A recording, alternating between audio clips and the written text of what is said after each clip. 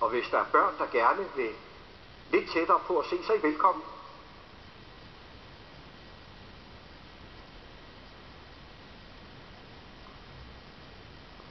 Jeg tror i hvert fald, prins Nikolaj og prins Felix tager imod det tilbud. Og prins Friedrich Richard.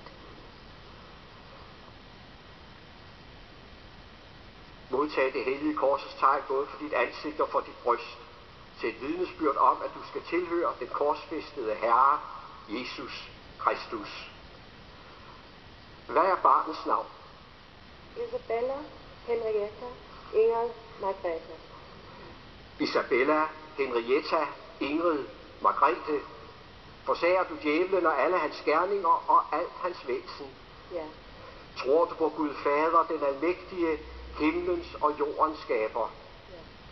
Tror du på Jesus Kristus, hans enbårne søn, vor Herre, som er undfanget ved Helligånden, født af Jomfru Maria, pint under Pontius Pilatus, korsfæstet, død og begravet, nedfaret til dødsriget, på tredje dag opstanden fra de døde, opfaret til himmels, siddende ved Gud Faders, den almægtiges højre hånd, hvorfra han skal komme at dømme levende og døde. Tror du på Helligånden, den hellige, almindelige kirke, de hellige samfund, syndernes forladelse, kødets opstandelse og det evige liv? Vil du døbes på denne tro?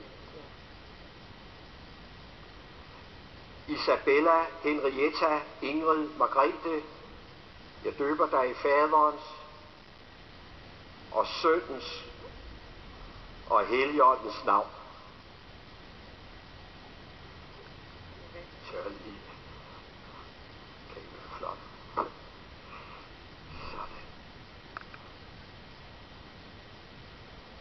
Den almægtige Gud, vor Herres Jesu Kristi Far, som nu har genfødt dig ved vand og Helligånden og skænket dig syndernes forladelse.